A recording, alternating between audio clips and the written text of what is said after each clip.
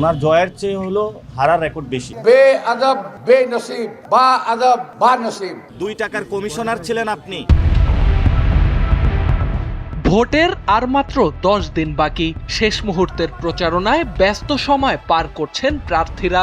শুধু মাঠে নয়, মনস্তাত্ত্বিক লড়াইয়ে এগিয়ে থাকতে বক্তব্যের মাধ্যমে প্রতিপক্ষকে ঘায়েল করার চেষ্টা চলছে। এই লড়াইয়ে সবচেয়ে আলোচিত ঢাকা 8 আসন। রাজধানীর গুরুত্বপূর্ণ এই আসনে বিএনপির প্রার্থী মির্জা আব্বাস আর এনসিপি প্রার্থী নাসিরউদ্দিন পাটোয়ারির কথার যুদ্ধ থামছেই না।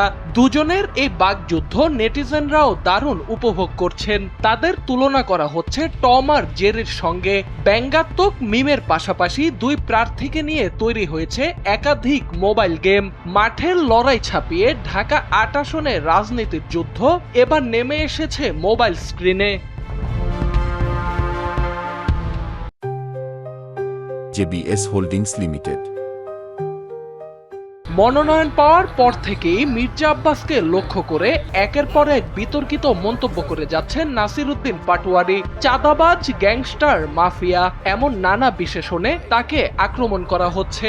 অনিচ্ছা সত্ত্বেও এসব বক্তব্যের জবাব দিতে হচ্ছে মির্জা আব্বাসকে। এই পাল্টাপাল্টি কথার লড়াই সামাজিক যোগাযোগ মাধ্যমে রীতিমতো লুফে নিচ্ছেন ব্যবহারকারীরা। এরই মধ্যে তাদেরকে নিয়ে ভাইরাল হয়েছে 2টি গেম।